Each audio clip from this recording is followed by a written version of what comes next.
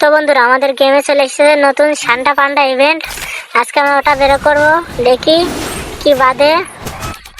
দেখা যায়, প্রথম স্পিন মারবো না, একটা টোকেন দিল। এবার দ্বিতীয় স্পিন 5টা করে মারবো। দিয়ে দিচ্ছে, সান্টা পান্ডা ইভেন্ট দিয়ে দিচ্ছে আমাদের। ও ভাই, স্ক্রিনশট নিয়ে নি ভাই। ও জোস বান্ডিল্লা, দেখি আরো মার স্পিন।